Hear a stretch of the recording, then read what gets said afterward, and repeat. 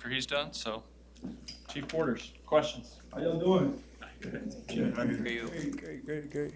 Welcome to Nebraska. What's your experience been like here for the first couple of months, and why did you choose to come here? Yes, my experience has been phenomenal so far. Everything's going pretty well. Just, vibing with my team, grinding and really competing with them is just setting me up and setting us up for success in the future. You came from Florida. Yes, sir. What's been the biggest adjustment for you, besides the weather, to living in Nebraska? Okay, definitely got to speak on the weather because carrying a bag of salt in the back of your truck is definitely something I have to do all the time, but I'm pretty much used to it, having the best of both worlds. But definitely just being with my teammates, that's always a great experience. My goals were to come in and focus on being a better man and a better teammate and earning the team's trust. Because coming from Florida, it's a different type of ball game coming to the Big Ten. So I just wanted to let them know that I'm here just as they are and coming in to ready to compete and grind. What's it mean being a co-leader, I guess, in points at the end of that? What did that mean to you? Was it something you're striving for? What do you take out of that? Yeah, shout out to my Blitz Rec boys. Me and Thomas Fedoni and our teammates, we was able to come out with a win. I was able to, produce 184 points. Me and my boy Teddy was the leaders in leading the team points. That came from truly community service. Me and my boy Elliot Brown and a couple of my other teammates were able to go to several different elementary schools and just give them an assembly and talk about bullying and talk about standing up and being a leader, things of that nature. So as a newcomer, I felt like it was important for me to get around the community and show my face and give back to the community. You've been on a lot of different teams. How's this one? I know it's early, but how's it blending through the hard part of winter conditioning? How do you see it work? I can definitely see and feel our brotherhood is becoming tighter as we grow into the development of Coach Rule's plan. He has a plan, and we're all buying into it. You refer to the SEC and the Big Ten as kind of different worlds. What do you mean by that? SEC and Big Ten, SEC is more so, hot weather, Georgia. When it comes to just playing each other, I was able to, go to school in Georgia, so I was able to see a lot of my teammates, and then now coming to the Big Ten, ground and pound, running the ball, and, coming back into my Midwest roots when I grew up in Chicago, just watching U of I play on the TV and Nebraska as well, so it feels great. Did your team have a coach then, that kind of coach that ran your team? Was there like one of the staff members that ran your winter team? Oh, yes. So Coach McGuire was our team member. He was out there pushing the sled with us when we was in the snow, and we had our beanies on, tights on. We was ready to go. So shout out to Coach McGuire, and he was definitely holding us down as a coach. Oh, yeah, hands down. Who doesn't want to win? Who don't want to win? We're competitive, and we're a competitive team, competitive nature. So, we love to win. You knew a few guys on the roster coming up that are on this roster out of Chicago area, right? Yes, sir. Marquise Buford and a plethora of other players as well.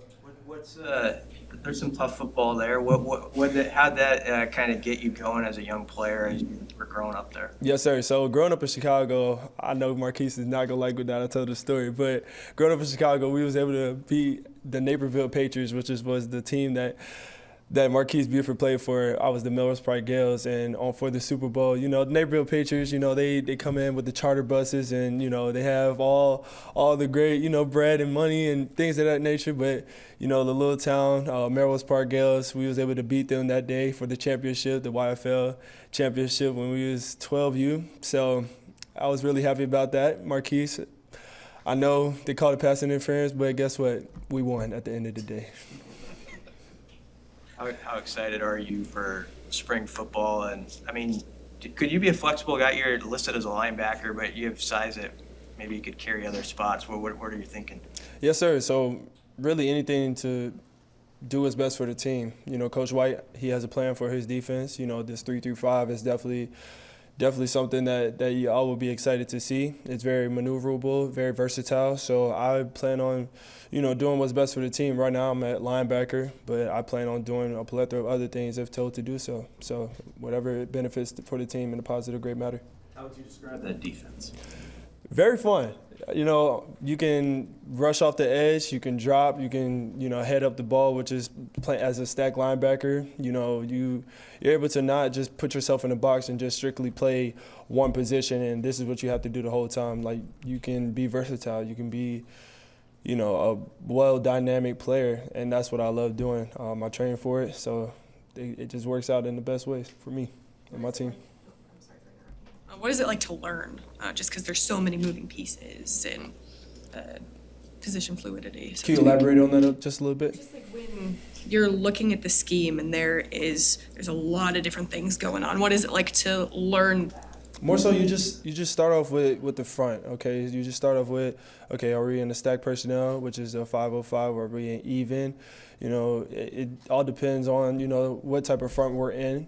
And then from there, you go from the blitzes and your alignments and things of that nature. So it's all about a step process. You just take your time, gradually consume the information, and then, you set yourself up for success. Just getting half of those right, and everything else is play football. Coach said that you're more than just a football player. He talked a little bit about maybe being a TikTok star, being a lead in the community. Can you elaborate on that?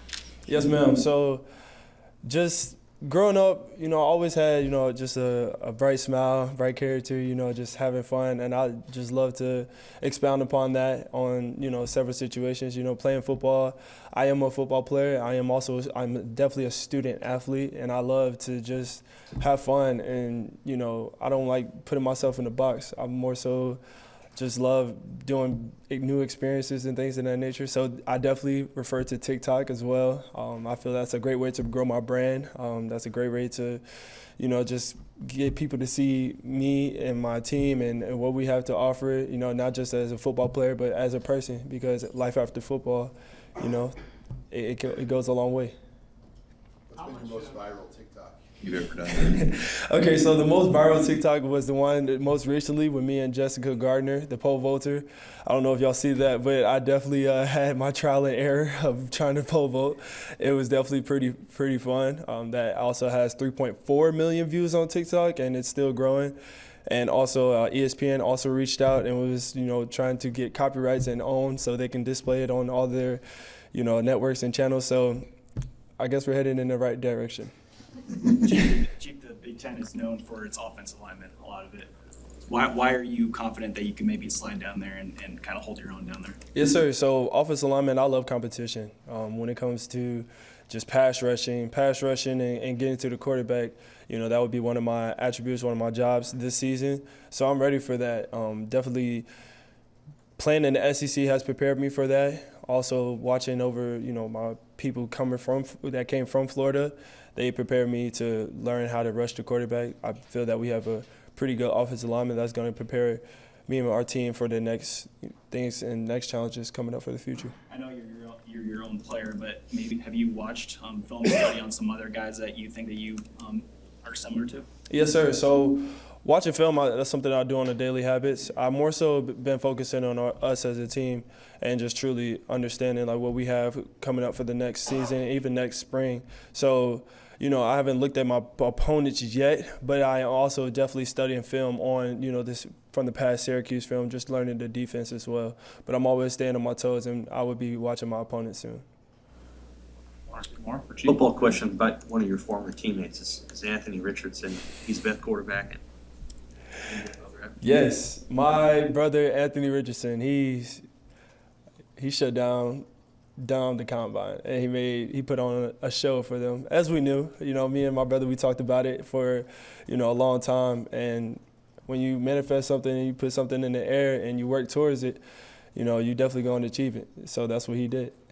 How does it help you as a defender to face that guy in practice? Definitely, you gotta make sure you blitz on the outside upfield shoulder. So, because Ant loves to scramble, he also loves he can definitely throw the ball. So you have to be aware of both attributes and several other attributes, because he can make you miss if you're one-on-one head up. So going against one of my former teammates, my players, my brother, he definitely prepared me for a lot of several situations that I'll be prepared for. So yeah, I love him.